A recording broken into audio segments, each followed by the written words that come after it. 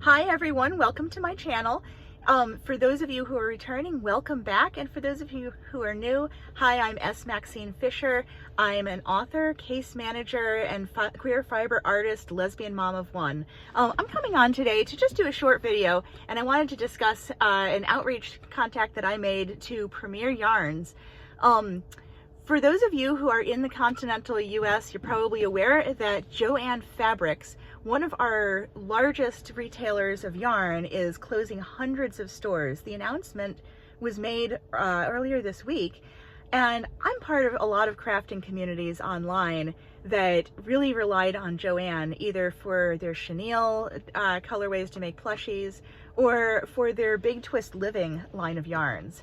Big Twist Living was a line of nice anti-pilling acrylic yarn that crafters used in pride colorways to make hats and accessories. It really has a kind of an interesting layout, and it has a few bugs in it, but it's probably one of the only colorways that you can find at brick and mortar stores that offers actual self-striping pride flags in one yarn.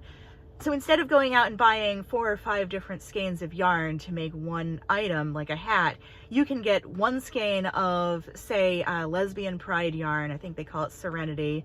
No, I think lesbian pride is spirit. Serenity is like the transgender flag, and inclusivity is the rainbow flag, and it actually self-stripes the colors in sequence. So you don't have to go out and buy 5 or 6 different colors of yarn, and that was really convenient. Unfortunately, it's not going to be available anymore. So I reached out and asked Premier Yarns, which is an online retailer that I frequent a lot, to see if they would be open to creating a self-striping pride colorway in their anti-pilling acrylic yarn.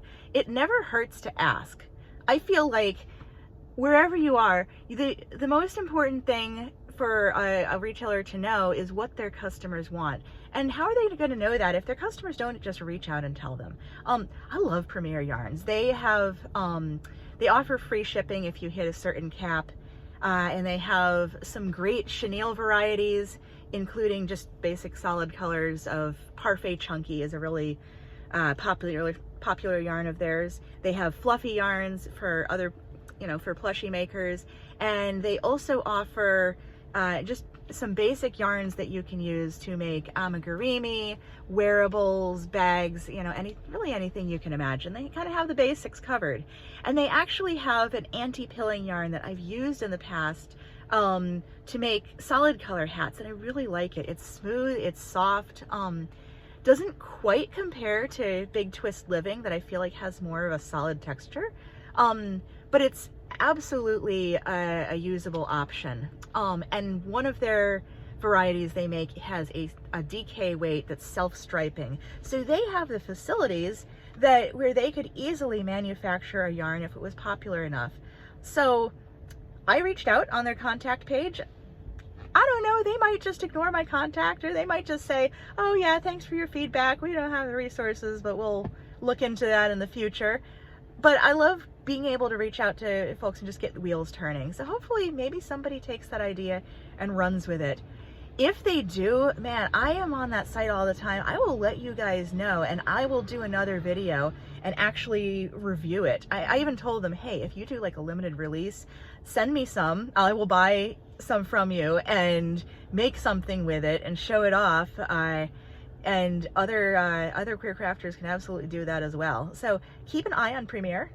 They're definitely going to probably be making more sales now that we lost JOANN's.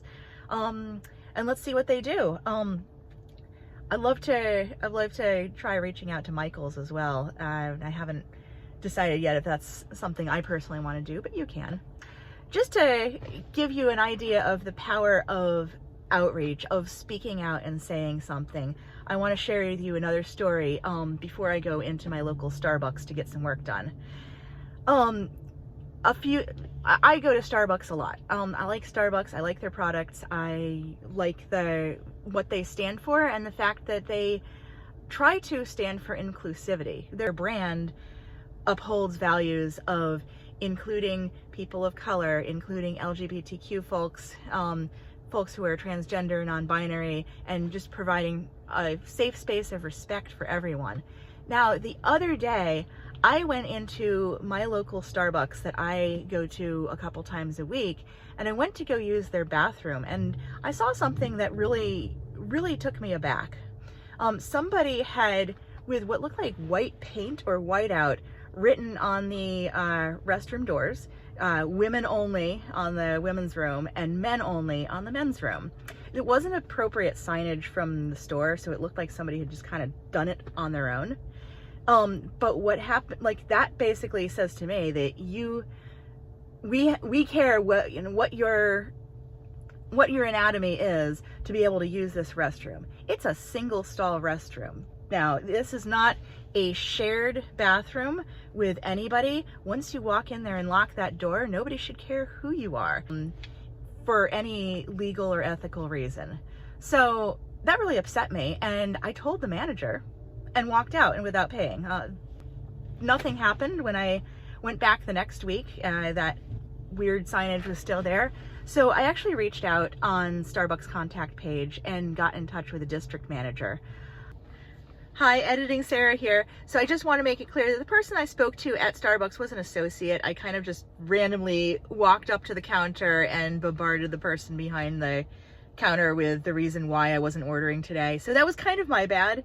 And I think I definitely did do the right next step of just going ahead and reaching out to corporate as opposed to trying to drill down who was in charge of that site. So I just wanted to make that clear. That was an individual that probably had no control over what was on their facility's doors. From there, what happened was that the customer service agents just kind of fell all over themselves, apologizing and really disavowing what that was, and saying that that was not appropriate signage. They don't know who did that, but it's going away now. So the next time I went back to that Starbucks, that you could see where it had been erased, or it had kind of scrubbed off. So I cannot vouch for whether that was something that was done by management of a particular store, or by a customer, or by somebody who wasn't in management, who just had their own opinions that they should have kept to themselves. But the point I'm making is that when reaching out to representatives of the retailer, of that corporation, their response was that that does not reflect the values of Starbucks. That Starbucks stands for inclusivity, and we want everybody to feel safe and welcome regardless of who you are and what, you know, use whichever gender restroom applies to you. So I was really glad that that happened, and that made me feel that, you know, regardless of some individual's opinion, that I can still be safe within my community and be a member of my community that's accepted for who I am, as well as anybody else that I associate with or not who is also using that facility. So anyway, I'm on my way into my local Starbucks to go get some work done and enjoy one of those chocolate covered strawberry frap, whatever thing is, because those are amazing. So guys, keep your eyes open for Pride colorways. I will let you know if I see anything that I can use and show you what it looks like. And I'd be pleased to hear in the comments if you have found even just some good rainbow yarn or good trans flag yarn that we could use to make some hats, because I am ready to make some beanies. This weather is cold and I need to keep my little ears warm. All right, folks, peace out. Just a reminder, in the comments, be kind to others, to me, and ultimately to yourself. Stay fabulous and stay creative. Have a good one.